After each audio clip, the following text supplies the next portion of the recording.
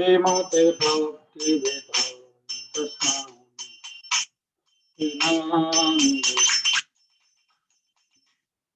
नामते सरस्वती गौरवाणी प्रचारिणे निर्विशेष शून्यवादी पाश्चात्य देशतारिणे श्री कृष्ण चैतन्य प्रभु नित्यानंद श्री अद्वैता गदाधर श्रीवासादि गौर भक्त हरे कृष्णा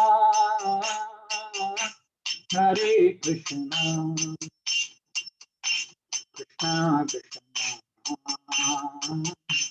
हरे हरे हरे राम हरे राम राम राम हरे हरे हरे कृष्णा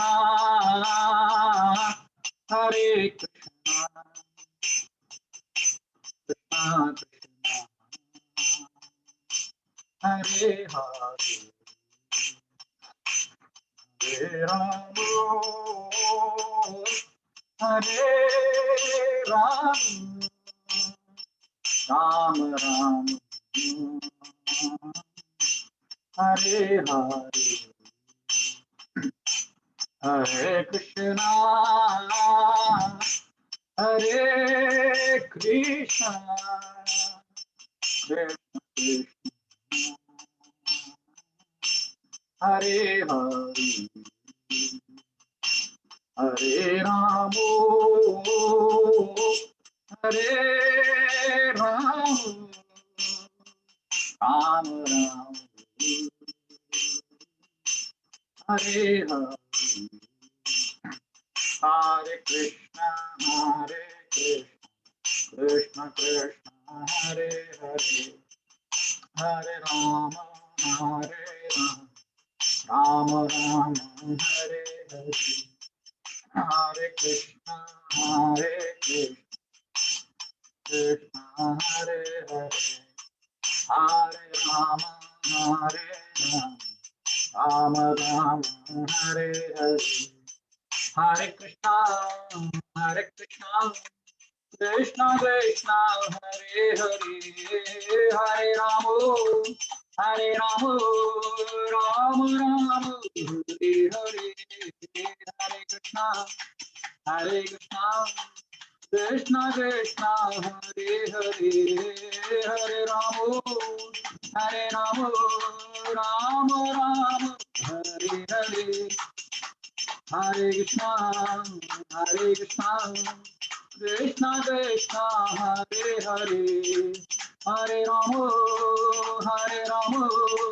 राम राम हरे हरे हरे कृष्ण कृष्ण हरे हरे हरे राम राम राम हरे हरे कृष्ण कृष्ण हरे हरे हरे राम राम हरे हरे कृष्ण हरे हरे हरे राम राम हरे हरे कृष्ण कृष्ण हरे हरे हरे राम राम हरे हरे कृष्ण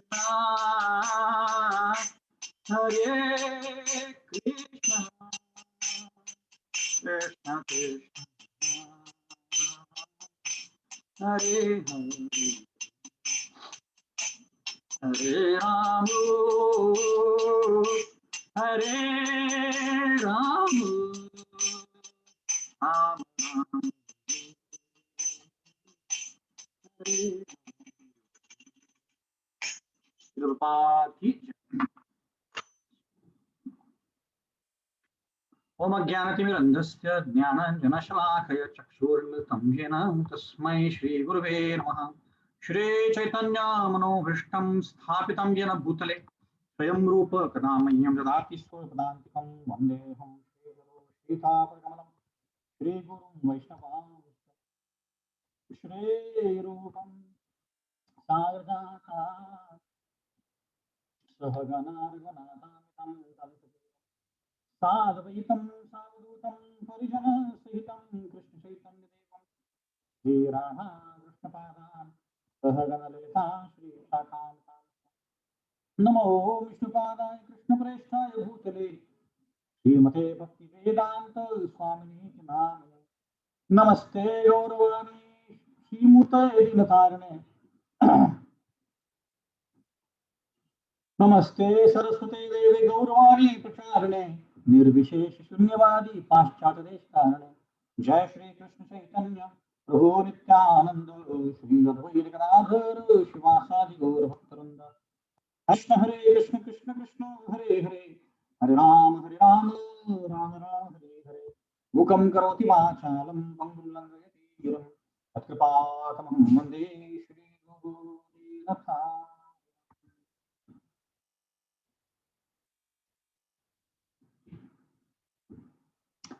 हरे कृष्ण, आप सभी का स्वागत है इस भागवत कक्षा में। मेरी आवाज ठीक से आ रही है सबको?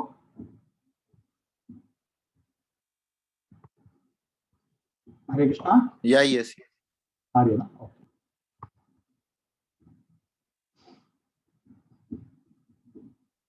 तो हम लोग चर्चा कर रहे हैं भागवतम के पहले स्कंद से तीसरे अध्याय में हम चर्चा कर रहे हैं कृष्ण भगवान के अलग अलग अवतारों के बारे में। तो पिछली बार हमने चर्चा किया था ऋषभ महाराज के बारे में, उसके पहला यज्ञ, फिर दत्तात्रेय, ऐसे कई अवतारों के बारे में चर्चा किया था हमने। तो इसके आगे हम अपनी गाड़ी बढ़ाएंगे।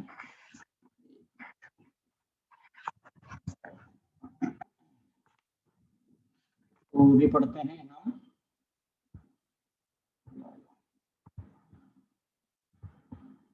पृथ्वी महाराज के बारे में चर्चा की, उसके बाद हमने चर्चा की ये मत्स्यावतार के बारे में चर्चा किया था। किसी को याद है मत्स्यावतार हमने चर्चा की कि नहीं? नहीं प्रभु जी, नहीं क्या? नहीं ये नहीं, मेरे पास नोट्स नहीं है ना। आप मतलब कंफर्म बोल रहे हैं कि आपको याद नहीं आ रहा? मुझे याद नहीं आ रहा है, पर शायद नहीं किए प्रभु, क्योंकि किसी और को याद आ रहा है जिन्होंने नोट्स लिया होगा या किसी ने नोट्स लिए ही नहीं है?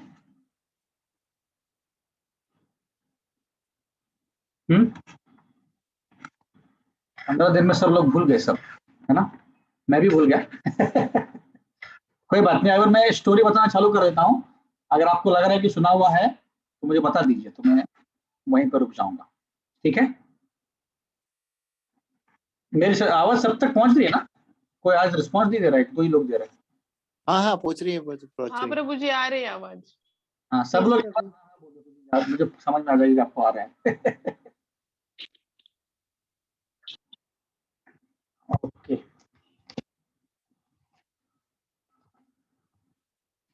जी ये भी ढूंढना पड़ेगा कहाँ है। हाँ नहीं, ये वाला नहीं है।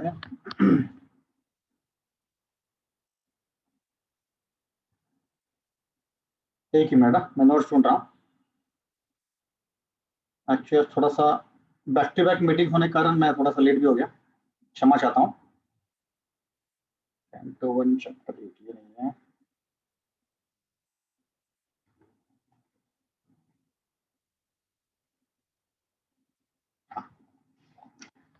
ओके, तो हम लोग चर्चा कर रहे हैं सत्यव्रत राजा मत्स्यावतार के बारे में चर्चा करते हैं। तो पढ़ना चालू करते हैं। रूपम चे जग्रमत्स्यम चाक्षुषोदहि संप्लवे नाव्य आरोप्यम ही मह्यम अपाद वैवस्वतम मनु। तो चाक्षुषा मनु करके एक मनु थे। तो अभी क्या होता है कि हर ब्रह्मा जी के दिन में हर दिन में 14 मनु होते हैं। मनु मतलब जहां से प्रजा की उत्पत्ति होती है, उनको मनु बोलते हैं। तो जब ब्रह्मा जी के पुत्र हैं मनु, उनसे सारे सृष्टि के निर्माण होता है, मतलब प्रजा आगे बढ़ती है, इसलिए उनको प्रजापति मनु भी बोलते हैं। तो ऐसे 14 मनु होते हैं ब्रह्मा जी के एक दिन में। तो ऐसे देखिए कितने मनु होंगे, क्योंकि ब्रह्मा जी के 100 साल हैं, तो एक दिन में 14, एक महीने में कितने, और एक साल में कितने, और ऐसे 100 साल में कितने, तो इतने मनु होते हैं, हजारों लाखों जो भी नंबर होगा वो। तो पहले मनु होते हैं स्वयंभू मनु। तो सब स्वयंभू मनु होते हैं, उनसे फिर सारे प्रजा की उत्पत्ति होती है, राइट। अभी हर मनवंतर के बाद भी एक प्रलय होता है, हुँ? और हर ब्रह्मा जी के एक दिन खत्म होने के बाद भी प्रलय होता है, और ब्रह्मा जी के 100 दिन खत्म होने के बाद भी प्रलय होता है।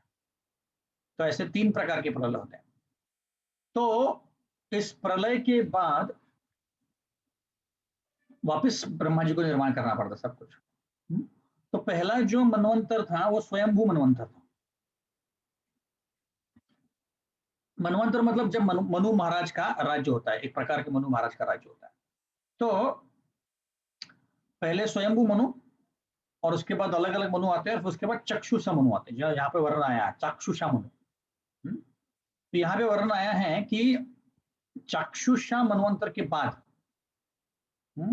जब पूरे सृष्टि का संहार हुआ, सब जगह पानी ही पानी था, तो वहां पे एक वैवस्वत मुनु करके थे, उनको बचाया, और सत्यव्रत मुनि करके भी थे, उनको भी बचाया था तब। तो वर्णन आता है कि एक बार एक राजा था सत्यव्रत मन के नामक, तो उसने वो एक बार नदी में नहाने गया, और नदी में नहाने समय उसने हाथ में पानी लिया, और जैसे गंगा का पानी बहाते हैं उसने पानी बहाया। जैसे ही उसने पानी बहाया तो हाथ में एक मछली आ गई, छोटी सी मछली थी। अब छोटी मछली थी तो उसको लगा कि गलती से आ गई, तो उसने वापस पानी में डाल दिया। दूसरी बार जब उसने पानी को लिया तो वापस मछली आ गई हाथ में, तो इसने उसको लगा वापस गलती से आ गई, तो वापस डाल दिया उसने। ऐसे करते करते 3 बार हो गया। तो तीसरी बार फिर वो मछली बोल पड़ी, हो हाँ राजा। प्रभु, हाँ प्रभु, ये स्टोरी बताए थे लास्ट टाइम, बताए थे लास्ट टाइम।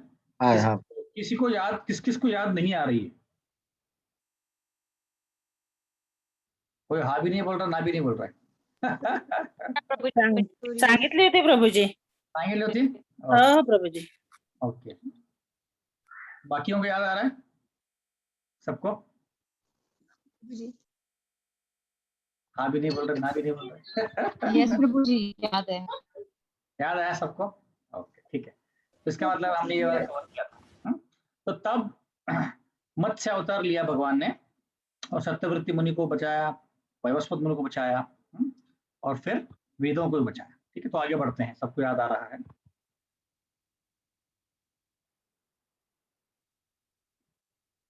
सुरासुरानामुदधिं मत्नतां मंदराचलम दध्रेकमथा रूपेण पृष्ठ एकादशी विभु। उसके बाद उन्होंने कछुए का रूप लिया था, उसको बोलते हैं कूर्म अवतार। तो ये पूरा जो स्टोरी है, ये समंदर का जो चर्निंग हुआ था, समुद्र मंथन जिसको हम बोलते हैं, ये समुद्र मंथन के साथ हुआ था। तो उसकी कथा ऐसी है कि सारे जो देवी देवता थे और दानव थे, तो सबने डिसाइड किया कि हमें समंदर को चर्न करके, मंथन करके, उसमें से जो अमृत आएगा वो खाना चाहिए, लेना चाहिए। तो तब ऐसा हुआ था कि भगवान ने उनको बोला था कि देखो, आपको अगर अमृत चाहिए तो आपको दानवों के साथ थोड़ा कोऑपरेट करना पड़ेगा। उनके साथ अच्छे से नहीं रहोगे तो फिर आप अकेले से नहीं कर पाओगे, क्योंकि बहुत बड़ा होता है समुद्र। और तो उन्होंने बोला ठीक है, हम साथ में करने के लिए तैयार। ये 8वें स्कंद में आती है स्टोरी, और इसका विस्तार रूप में बताया गया है। तो एक साइड दानव हो गए, दूसरे साइड देवी देवता आ गए। उन्होंने मंदराचल करके एक पर्वत है बहुत बड़ा, उसको उठा के लाया और समुद्र में, गर्भोत्कच समुद्र में उसको लाके रख दिया। अब बीच में ही वो लोग सब खुश हो गए, क्योंकि मंदराचल पर्वत बहुत बड़ा है। ये सारे इतने थक गए कि वो लगभग मरण सन्न हो गए थे। तो सबने फिर भगवान को याद किया, तो भगवान अकेले आए और सारा पर्वत हाथ पे उठा के गरुड़ जी के ऊपर बैठ गए और गरुड़ जी को लेके समंदर तक आए और वहां पे पर्वत को रख दिया। और फिर सारे सारे देवी देवताओं को, दानवों को भी लिया और उनको भी गरुड़ जी के ऊपर बैठा के वो लेके आ गए। अब जब जैसे ही मंदराचल पर्वत को पानी में रख दिया, तो पर्वत है इतना हेवी होता है, तो पानी में अंदर वो बहने लग गया या डूबने लग गया।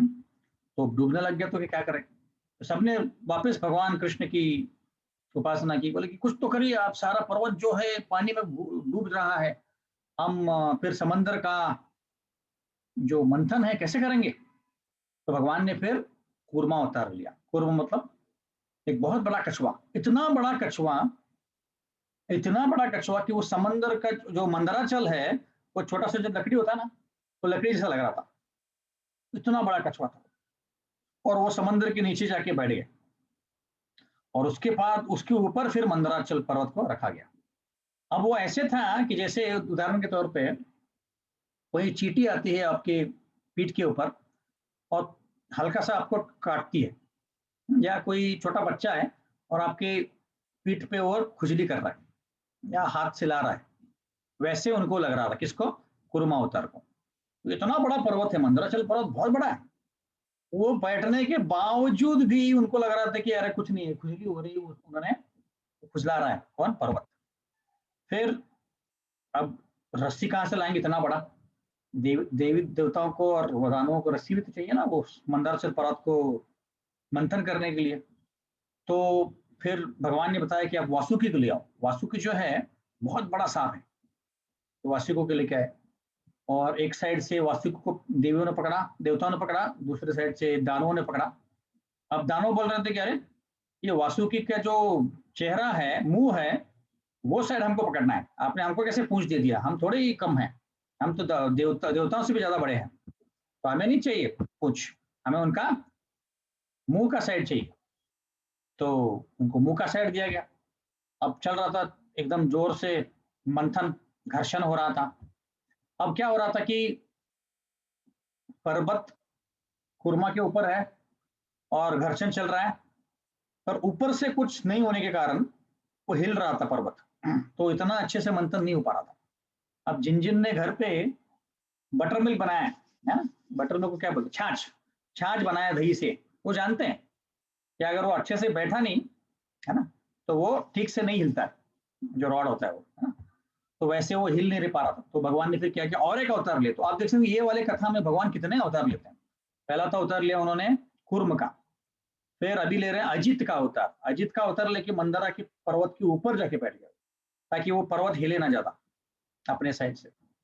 तो फिर उसके बाद वापिस चालू हो गया मंथन, तो मंथन कर रहे थे।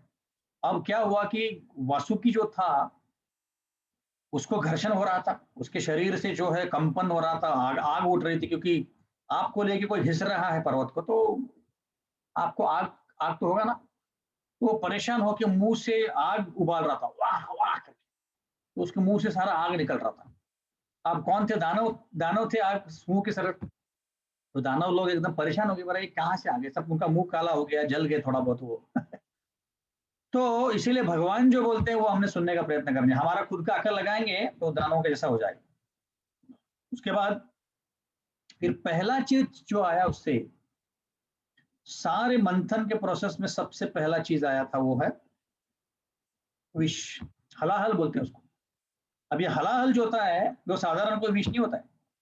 ये हलाहल इतना डेंजरस होता है कि एक बूंद भी, हलाहल का एक बूंद भी पूना शहर में गिर जाए, या ठाणे में गिर जाए, या करजत में गिर जाए, या लंदन में गिर जाए, पूरा शहर जल जाएगा। इतना डेंजरस होता है, एक बूंद की बात कर रहे हैं। और ये तो था एकदम टन टन भरा था, बहुत भरा, बहुत क्वांटिटी में था। तो अब क्या करेंगे? सब लोग सोच में पड़ गए। सब लोगों ने विष्णु को पूछा कि क्या करना चाहिए। विष्णु ने बोला चिंता मत करो, हमारे शिव जी जो हैं एक्सपर्ट है इस मामले में, उनको बुलाया आप। तो शिव जी को बुलाया गया। तो कोई पूछता है कि भाई शिव जी को क्यों बुलाया, विष्णु ने खुद नहीं क्यों पिया? तो विष्णु जो है अपने भक्तों को स्तुति करना चाहते हैं, ग्लोरीफाई करना चाहते हैं। इसीलिए उनकी इच्छा थी कि शिव जी इसको पिए और उनका जो कीर्ति है सारे दुनिया में फैल जाए। इसीलिए जब शिव जी ने उसके बाद पिया तो उनका नाम नीलकंठ रखा गया, क्योंकि उनके गले में जाके वो विष भर गया।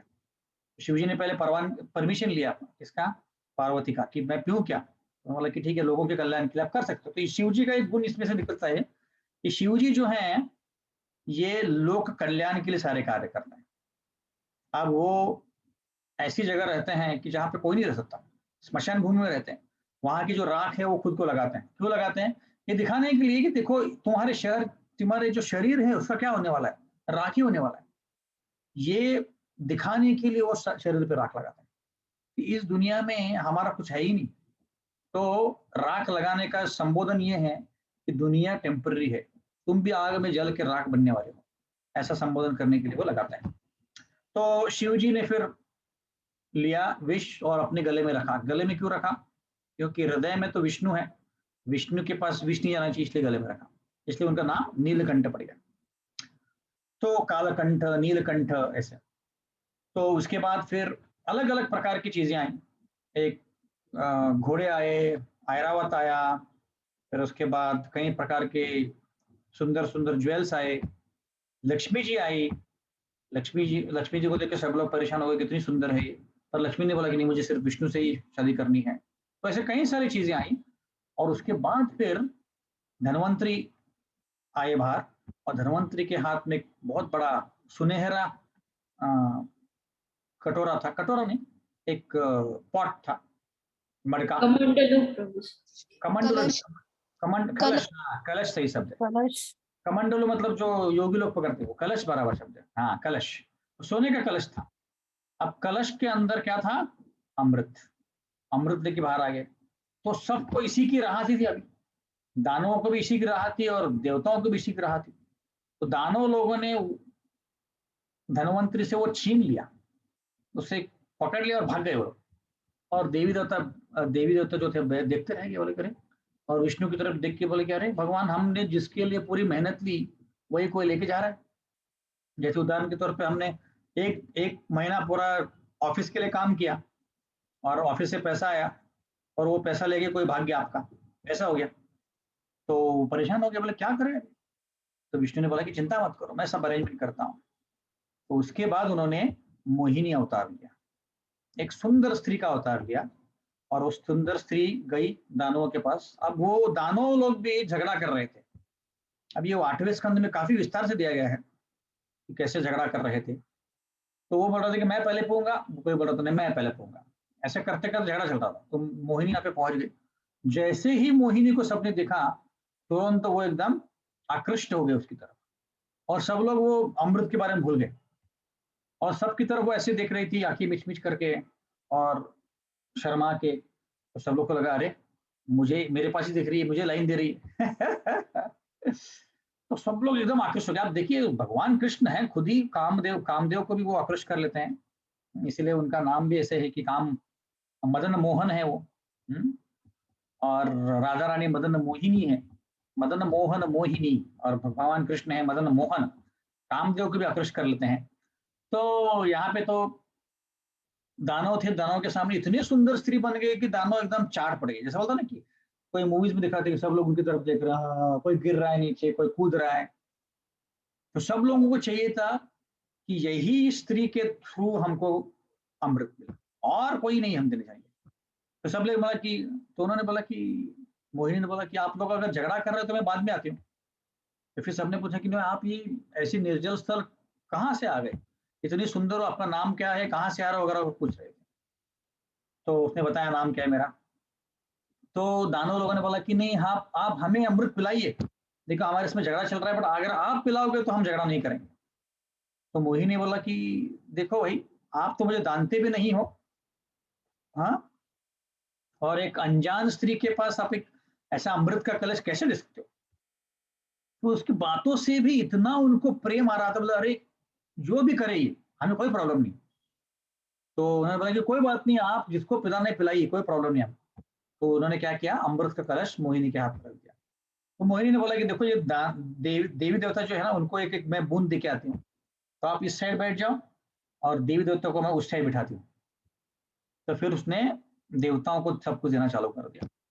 अब दानवों के साइड एक बैठा था राहु, राहु केतु जो होते हैं वो, तो उसमें से राहु, राहु ने बोला कि यार ये कुछ तो गड़बड़ चल रहा है, ये मोहिनी के रूप में ये कोई तो गड़बड़ चल रहा है, हमका हमारा अमृत खत्म हो जाएगा। तो इसलिए वो जाके वेश बदल दिया उसने और जाके देवताओं के साइड बैठ गया। अब जैसे ही मोहिनी ने उसको अमृत दिया तो कोई देवता ने उसको क्वेश्चन करा, ये तो राहु है, ये तो दानव है, इसको नहीं मिलना चाहिए।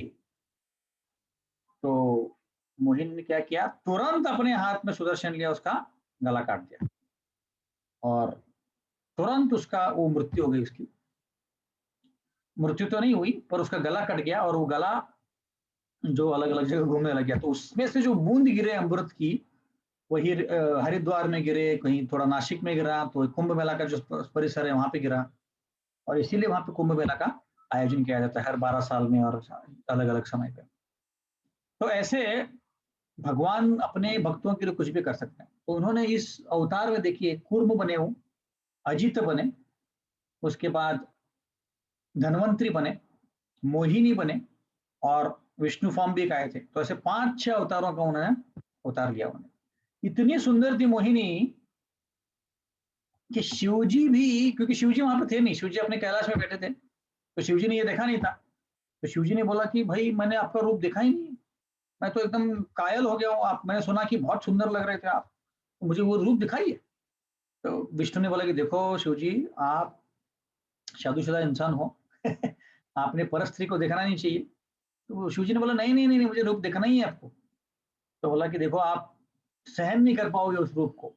तो शिवजी ने बोला नहीं, शिवजी हट करने लग गए कि नहीं मुझे देखना ही है आपका रूप। तो तब जाके जब मोहिनी ने, कृष्ण विष्णु ने मोहिनी का रूप दिखाया तो शिवजी पागल हो गए। शिवजी पागल की तरह उनकी तरफ दौड़ने लग गए मोहिनी के पीछे, ऐसा है कि कोई पागल लड़का होता है लड़की के पीछे दौड़ता है। और कैलाश में बैठ के जो साधु लोग थे वो शिवजी के ऊपर ध्यान कर रहे थे और देख रहे सामने सामने शिवजी मोहिनी के पीछे भाग रहे। तो ऐसी कथा हुई। तो इतना सुंदर रूप था, इतना सुंदर रूप था कि सबको मोह लिया, इसीलिए उनका नाम मोहिनी था, कि जो सबको मोह लेते हैं। तो बहुत सुंदर कथा है, आप 8वें स्कंद में पढ़ सकते हैं भागवतम में, बहुत सुंदर तरीके से बहुत विस्तार में बताया गया है और उसमें से कई सारे हम अपने लिए शिक्षाएं हम ढूंढ सकते हैं।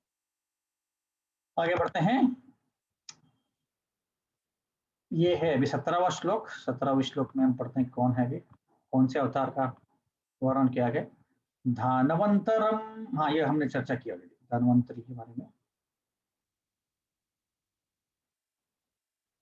हाँ, चतुर्दशम नारसिंहम बिभ्रद्दैत्येन्द्रियम ऊर्जितम ददारकरजेर उराव ईरकम कट कृज था। 14वें अवतार में नरसिंह भगवान के रूप में आए और उन्होंने हिरण्यकशिपु को अपने नाखूनों से उसका शरीर छिन्न कर दिया। ये सबको कथा पता ही है। नरसिंह अवतार के, नरसिंह चतुर्थी के दिन हमने चर्चा की थी इसके बारे में। नरसिंह भगवान एक जो अवतार है, ये भक्तावतार के बीच में भक्त वत्सल के रूप में बहुत ही प्रसन्न है, बहुत ही प्रसिद्ध है। क्योंकि आप सोच सकते एक भक्त के लिए उन्होंने एक अलग से अवतार लिया, वो भी खंबे से आए। कोई कोई कल्प में बोलते हैं वो खंबे से आए, कोई कल्प में बोलते हैं वो दरवाजे से आए। तो आए और हिरण्यकशिपु को उन्होंने चीरफाड़ कर दिया। उसका पहला open heart surgery, open stomach surgery जो भी है, ऐसा उन्होंने कर दिया। और उसके बाद फिर उसकी मृत्यु हो गई और प्रहलाद को उसका राजा बना दिया। ये हमने विस्तार से चर्चा की है, इसके बारे में हम ज्यादा चर्चा नहीं करेंगे। आपको अगर इसको पढ़ना है तो 7वां स्कंद पूरा नरसिंह भगवान की कथा पे होगा और हमने चर्चा भी की थी 7वें स्कंद से कई अध्यायों में हमने चर्चा की थी। अब 15वां अवतार। पंचदशम वामनकम कृत्वागाद अधपरम बले पदत्रयम याचमान प्रत्यादिष्टु स्त्री पृष्ठपम। 15वें अवतार में उन्होंने वामन देव का रूप लिया और बलि महाराज का जो गर्व है, गर्व हरण कर दिया। तो अभी क्या हुआ था कि जब ये समुद्र मंथन हुआ और सारा जो अमृत था, अमृत सब कुछ देवी देवताओं ने पी लिया। उसके बाद जो दानव लोग थे एकदम वीक हो गए, वो बिल्कुल भी उनसे लड़ नहीं पाए थे। तो दानवों को हरा के देवी देवताओं ने जो भी उनको गंवाया था सब कुछ वापस ले लिया, और सब कुछ वापस लेके उनका राज्य चल रहा था। तो उसमें से अब कईयों को तो उन्होंने मार दिया, जैसे बलि महाराज को भी मार दिया था। तो उनका एक उनके गुरु थे शुक्राचार्य नामक। तो शुक्राचार्य के पास मृत संजीवनी विद्या थी। तो उन्होंने क्या किया, मृत संजीवनी विद्या से सारे दानवों को वापस जिंदा कर दिया। अब उस मृत संजीवनी विद्या का एक कंडीशन होता है कि उसके लिए उस व्यक्ति का शरीर होना चाहिए, शरीर के मेन अंग होने चाहिए। तो जो जो दानव थे उन सबको उन्होंने जिंदा कर दिया। अब उसमें बलि महाराज थे, बलि महाराज भी दानव थे। बलि महाराज जो हैं प्रहलाद के पोते हैं, प्रहलाद के लड़के। तो प्रहलाद पर वो अभी दानव का ही कुल था, हिरण्यकश्यप का कुल जो दानव था, तो वो दानव के रूप में आए थे। और उसके बाद फिर उन्होंने क्या किया, शुक्राचार्य का बहुत सेवा किया। तो आप समझ सकते हैं कि अभी इस कथा से कि जो शिष्य अपने गुरु की अच्छे से सेवा करता है, भले ही वो गुरु दानवों का गुरु क्यों ना हो। अब देखिए शुक्राचार्य जो है दानवों के गुरु हैं, फिर भी बलि महाराज ने इतने अच्छे से सेवा की कि उनको ऐसा वर प्राप्त हुआ, इतने खुश हो गए शुक्राचार्य उनसे कि सिर्फ और सिर्फ गुरु को खुश करने से उनको इतनी शक्ति मिल गई कि उनका जो शरीर है तेजोमय हो गया। इसका बलि महाराज का तेजोमय हो गया, और इतना उनको कॉन्फिडेंस आया, उन्होंने बोला कि अब अभी हम देवताओं के ऊपर धावा बोल देते हैं। तो उन्होंने क्या किया, देवताओं के ऊपर धावा बोल दिया। और देवताओं के ऊपर धावा बोल के जब धावा बोल दिया तो अमरावती मतलब इंद्र का जो कैपिटल प्लेस है, जो उसका मुख्य शहर है, जब इंद्र ने देखा कि बलि महाराज उसका पूरा जो सैन्य है वापस आ रहा है, तो उनको सिर्फ देख के, अभी सोचिए इंद्र ने पूरा अमृत पिया है, लगभग वो अमर हो गए हैं, और इतनी शक्ति आ गई उनमें कि वो दानवों को हरा दिया, फिर भी सिर्फ बलि महाराज को अपने सैन्य के साथ आते हुए देख के उनका तेज इतना जबरदस्त था कि इंद्र का पूरा जो हौसला है वो हौसला खो गए। है भगवान, अब तो हम कुछ भी नहीं कर पाए, ऐसा हो गया। तो वो गए अपने गुरु के पास, बृहस्पति के पास, बोले कि अरे ये देखो बलि महाराज यहाँ पे आ रहा है ऐसी इतना शक्ति लेके, अब क्या करेंगे हम। तो बृहस्पति ने बोला देखो इस मामले में तो कुछ नहीं कर सकते हो, तुम यहाँ से भाग जाओ। अब इस परिस्थिति में उनसे लड़ना बेकार है, क्योंकि उसका जो चेहरा है, उसका जो तेज है, इसका मतलब है कि गुरु को प्रसन्न करके उसने बहुत शक्ति जमा की है, तो तुमको ऐसा भागना चाहिए। तो सारे देवी देवता भाग गए और कहीं जाके छुप गए। तो बलि महाराज ने पूरे तीनों लोकों पर राज्य पा लिया। अब यहाँ पे अदिति जो थी, जो इंद्र की माँ थी, तो परेशान हो गई कि यार ये मेरा लड़का एकदम तीनों लोग का राजा था, देवी देवता उसकी इतनी पूजा करते थे, सारे लोग उसकी पूजा करते हैं, और अभी देखो उसका हालत क्या हो गया, दर दर भटक रहा है, इधर उधर छुप छुप के भाग रहा है। तो उसने तपस्या की, और आदित्य ने बोला कि मुझे एक ऐसा लड़का चाहिए जो बलि महाराज को हरा के हमारा जो भी धन है वापस मिल जाए। तो अदिति और कश्यप को एक लड़का हुआ, उसका नाम था वामन, या उसका नाम उरुक्रम बोलते हैं। वो जो लड़का था एकदम छोटा सा था बालक, 4-5 साल का बालक, और जैसे ही जन्म हुआ उसका जो शरीर है तेजोमय हो गया था, और उसको कई प्रकार की गिफ्ट देख दी उन्होंने, क्योंकि वो जान गए कि ये तो भगवान खुद है। अब वामन देव पहुंच गए, बलि महाराज बहुत बड़े यज्ञ कर रहे थे, सैक्रिफाइस कर रहे थे, तो उसमें पहुंच गए, और कई अलग अलग प्रकार के ब्राह्मण थे, कई अलग अलग प्रकार के राजा थे। तो वहां पे पहुंच गए, और वहां पे उन्होंने बोला कि राजन जब देखा कि इतना छोटा सा बालक है, ब्राह्मण बालक, और ये मेरे यज्ञशाला में आया है, तो उनको बहुत खुशी हुई। तो उन्होंने नमस्कार किया और उनको बिठाया, और उनका जो शरीर था इतना तेजोमय था कि उसको देख के ही बलि महाराज उतना खुश हो गए।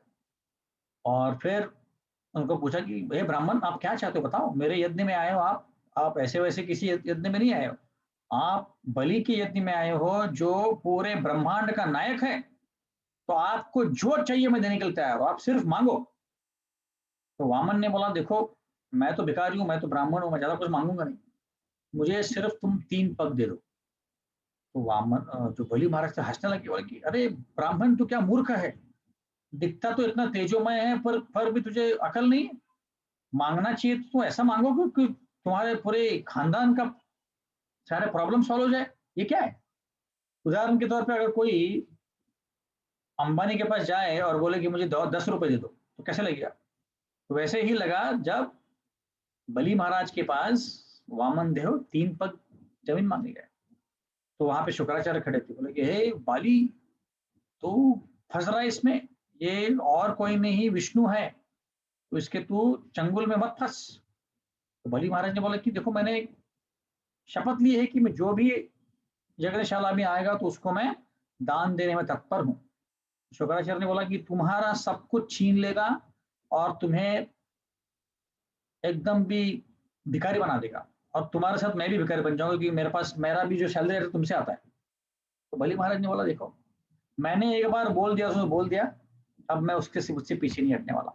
अब जो हो जाए, मैं भिखारी बन जाऊं या मैं कुछ और बन जाऊं, फर्क नहीं पड़ता है, पर मुझे देना ही पड़ेगा। तो शुक्राचार्य ने फिर उसको शाप दे दिया कि तुमने गुरु का अपमान किया है। तो आप देखिए, इसमें एक ही कथा में 2 साइड देखते हैं कि एक बार उसने गुरु का इतना सेवा किया कि वो मृत्यु के इससे राजा बन गए थे तीनों लोगों का, कौन, बलि महाराज। और अभी गुरु का अवज्ञा किया, इसलिए हम जो बोलते हैं 10 नाम अपराध, उसमें दूसरा वाला है कि तीसरा वाला है कि गुरु की अवज्ञा। तो गुरु की अवज्ञा कितना करना कितना डेंजरस है, इससे हम समझ सकते, खतरनाक है। पर इस केस में क्या हुआ था, जो बलि महाराज ने किया वो सबसे सही था, क्योंकि जब आपका गुरु आपको कुछ गलत बोले तो आपने सुनना नहीं चाहिए, शास्त्रों के खिलाफ बोले तो सुनना नहीं चाहिए। शुक्राचार्य ने बोला कि देखो, शास्त्रों में ऐसा नियम है कि तुम पे जब इमरजेंसी आती है, तुमने जो शपथ लिया है उससे तुम मुकर सकते हो। तो बलि ने बोला नहीं, मैं कभी भी अपनी शपथ से मुकरूंगा नहीं, तो मैंने जो शपथ दी है मैं उसको बिल्कुल निभाऊंगा, तुमको जो करना है करो। तो शुक्राचार्य वहां पे बोला कि ठीक है, तुम अपना सब कुछ खो बैठोगे। तो फिर बलि महाराज को वामन ने बोला कि मुझे 3 पग दे दो, बस वही काफी है। तो बलि ने बोला अरे तुम पागल हो क्या, मांगो पूरा जो मांगना है, पूरा 3 लोग मांगो, शादी करने की लड़की देता हूं मैं, जमीन देता हूं, ये वो। वामन ने बोला कि देखो, अगर एक व्यक्ति के पास जितना भी धन है, जितना भी घर में है, उससे वो अगर सेटिस्फाइड नहीं है, संतुष्ट नहीं है, तो वो दुनिया की कोई भी चीज मिल जाए वो संतुष्ट नहीं रहेगा, कितना भी मिल जाए उसको, पैसा मिल जाए, कौड़ी जो भी मिल जाए, बंगला मिल जाए, गाड़ी मिल जाए, जो भी मिल जाए, उससे वो कभी संतुष्ट नहीं होगा। इसीलिए मुझे 3 पग ही चाहिए बस। तो उसने बोला ठीक है। जैसे ही ठीक है बोला, आचमन किया उसने बलि महाराज ने, और ठीक है बोला, तो उन्होंने संकल्प किया कि मैं अभी दान देने वाला हूँ। जैसे ही ठीक है बोला, वामन देव ने अपना जो उरुक्रम रूप है, विराट रूप है, उदाहरण किया। छोटे से बालक थे, इतने बड़े हो गए कि जिनका जो पैर था तीनों लोकों के ऊपर पहुंच गया। एक पैर उन्होंने नीचे पाताल में डाला, दूसरा पैर इधर डाला, तो 2 पग हो गए, और तीसरा पग के लिए उन्होंने बोला कि अब कहाँ डालू, तुमने शपथ दिया था कि मैं 3 पग दूंगा, बट मेरे 2 पग में ही पूरा नाप लिया मैंने, तीनों तीनों लोग। तो अब मुझे बताओ तीसरा पग मैं कहाँ रखूं, तीसरा पग रखने के लिए जगह ही नहीं है, तुमने मेरे साथ चीटिंग किया है। तो बलि महाराज ने बोला कि आपको मैंने जमीन तो दी है, पर मुझे खुद को नहीं दिया है, तो आपका तीसरा पैर मेरे सर के ऊपर रखिए।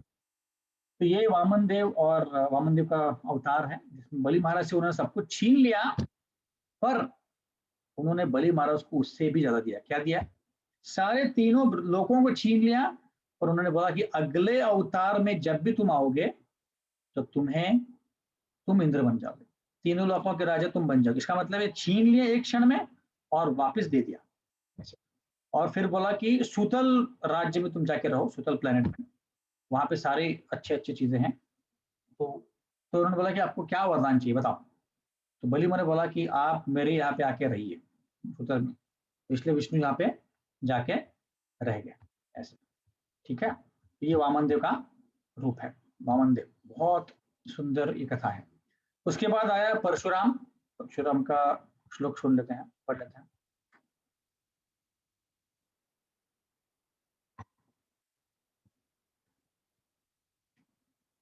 केशवधृता भृगुपति रूपा जय जगदीश हरि। अवतारे षोडश में पश्चन ब्रह्म द्रोहो द्रुपान त्रिसप्तकृतः कुपितो निक्षत्राम अकरोणो महिम। तो अभी इसके बाद वाला अवतार है भृगुपति। भृगुपति मतलब परशुराम। परशुराम जी का जो जन्म हुआ था वो हुआ था जन्म जमदग्नि से, और वो एक ब्राह्मण फैमिली में जन्म हुआ था उनका। तो जमदग्नि जो थे बहुत ही ऊंचे कुल के थे, बहुत ही प्रसिद्ध साधु थे, ब्राह्मण थे और बहुत शक्तिशाली थे। उनकी वाइफ का नाम था रेणुका। उनको 4 पुत्र थे, उसमें से एक पुत्र का नाम है परशुराम। अब परशुराम जो थे, जमदग्नि जो थे, उनके पास एक कामधेनु गाय थी। अब ये जो कामधेनु गाय थी, ये इसका स्पेशलिटी ये था कि उसको तुम कुछ भी बोलो, कुछ भी देने के लिए तैयार है, कुछ भी। आपने बोला कि 1000 लोगों का खाना बनाओ, 1 सेकंड में सब कुछ रेडी। तो एक बार क्या हुआ, वहां का जो राजा था, कर्तावीर अर्जुन नामक राजा था, बहुत शक्तिशाली था। इस राजा के 1000 हाथ थे। वो जो था वो शिवजी का उपासक था। तो एक बार उसने जब शिवजी की उपासना की तो बोला कि क्या चाहिए तुम्हें? तो बोला मेरे पास 1000 हाथ होने चाहिए, क्योंकि ये जो कर्तावीर अर्जुन था, ये अपने 1000 हाथों से डमरू बजाता था और शिवजी नाचते थे, तो इसलिए वो खुश होते थे शिवजी। तो एनीवेज उसको 1000 हाथ थे और बहुत शक्तिशाली था। अब उदाहरण दिया जाए कि कितना शक्तिशाली था, ये मैं उदाहरण दूंगा तो आपको समझ में आ जाएगा। एक बार रावण सब जगह घूम रहा था, सब जगह जा जाके वो अपने शक्ति का प्रदर्शन कर रहा था। इससे ये भी समझ सकते हैं कि कर्तावीर अर्जुन कितना पुराना था। तो सब जगह शक्ति प्रदर्शन कर रहा था और सबको अपने वश में कर रहा था। एक बार वो पहुंच गए एक शहर में, कर्तावीर अर्जुन वहां पे राज्य करता था, और एक नदी में किनारे बैठ के रावण जो है अपना पूजा कर रहा था, तो शिव जी की पूजा कर रहा था। तो क्या हुआ, कर्तावीर अर्जुन भी वहां पे पहुंच गया। अब वो नहा रहा था। अब कर्तावीर अर्जुन जो है वो ऊपर नहा रहा था, मतलब नदी का पात्र जैसे नीचे आ रहा था, तो ऊपरी साइड नहा रहा था वो, और नीचे 1-8 किलोमीटर के बाद वो रावण वहां पे बैठा था, क्या कर रहा था, पूजा कर रहा था। अब कर्तावीर अर्जुन के 1000 हाथ थे, तो उसके साथ कई सारी लड़कियां थी, तो उनको इंप्रेस करने के लिए उसने क्या किया, उस नदी के पात्र को बंद कर दिया, जैसे डैम होता है ना, डैम, हाँ, डैम की तरह उसने पूरा पानी रोक लिया, पूरा, एक बूंद भी आगे जाने के लिए तैयार नहीं। अब क्या हुआ कि ऐसा होने के कारण जो एक साइड का पानी था पूरा बह गया, और वो बहने के कारण रावण का जो पूजा था वो पूरा नष्ट हो गया। तो एकदम रावण परेशान हो गया, भाई कौन है ये, मेरी पूजा को विघ्न डालने वाला कौन है ये व्यक्ति? ऐसा करके उसने अपने सैनिकों को भगा दिया, बोला कि जाओ देख क्या हो। तो उन्होंने बोला कि यहाँ पे एक ऐसे बड़ा राजा है, उसके 1000 हाथ हैं। तो रावण ने बोला है क्या 1000 हो तो क्या हुआ, मैं उसको मार डालता हूँ। तो गया रावण उसको मारने के लिए। तो कर्तावीर अर्जुन ने एक जैसे चूहे को पकड़ते हैं, जैसे बिल्ली चूहे को पकड़ती है, वैसे पकड़ के उसको बंदी बना दिया। इसको, रावण को, किसने? कर्तावीर अर्जुन ने। और एक समय ऐसा था कि रावण पूरे तीनों लोक में आतंक मचाया था उसने। इतनी शक्ति थी कर्तावीर अर्जुन की कि उसने उसको बंदी बना दिया था और उसको जेल में डाल दिया था। इसको, रावण को, कई दिनों तक उसकी जेल में पड़ा था वो। कौन? रावण। तो उसके बाद रावण का जो कुबेर का लड़का था वो, तो उसका जो, उसके जो पिता थे कुबेर के, वो एक बहुत बड़े साधु थे, नाम मैं भूल गया, बट वो आए और उन्होंने बोला कर्तावीर अर्जुन की नहीं, उसको माफ कर दो, मेरा वो पोता है। क्योंकि वो साधु थे इसलिए उन्होंने माफ कर दिया, उसको भगा दिया। तब से उसने बलि के साथ, ये वाला हमारा बलि महाराज वाला बलि नहीं, सुग्रीव का भाई बलि और कर्तावीर अर्जुन के साथ उसने पैक्ट कर लिया कि मैं आपके साथ कभी झगड़ा नहीं करूंगा। अब झगड़ा क्या करेगा, उसके पास ताकत ही नहीं है। तो इतना शक्तिशाली था कौन? कर्तव्य अर्जुन।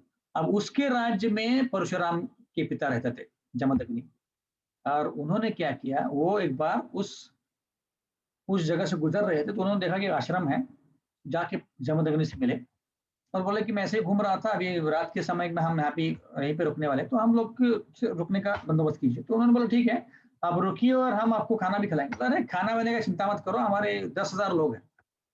जमदग्नि बोले कोई बात नहीं, 10,000 के 10 लाख लोग क्या है, हम सबको परोसेंगे, चिंता मत करो।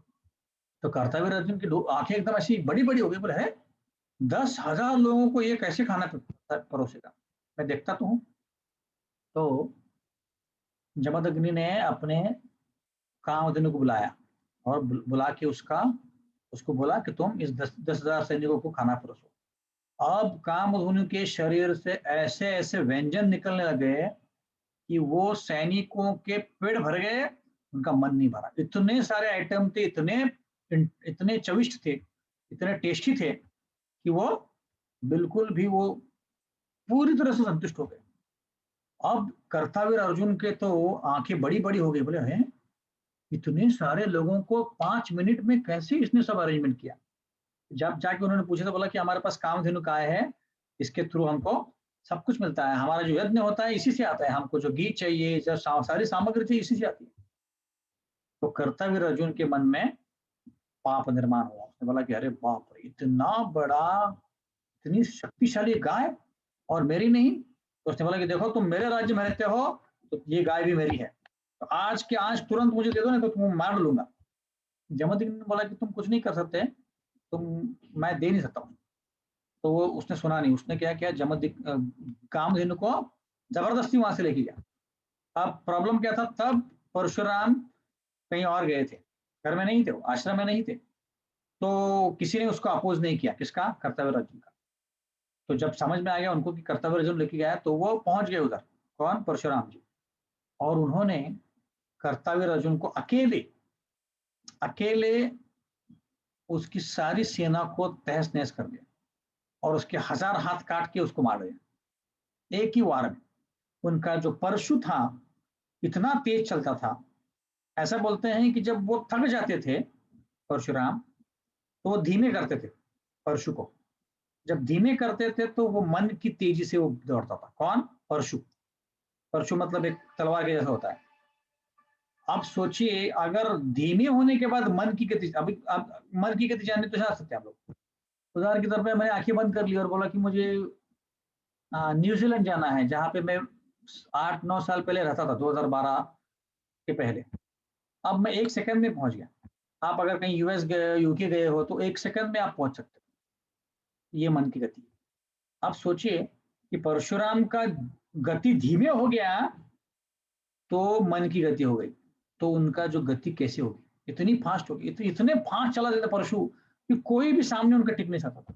कर्तव्य अर्जुन को मार दिया, उनके सारे सैनिकों को मार दिया और कामधेनु को लेके आ गए। अब जमदग्नि ने बोला, अरे तुमने क्या किया, अपने राजा को ही तुमने मार दिया, बहुत गलत कर दिया, जाओ तुम अपना तपस्या करो, पश्चाताप करना पड़ेगा तुमको।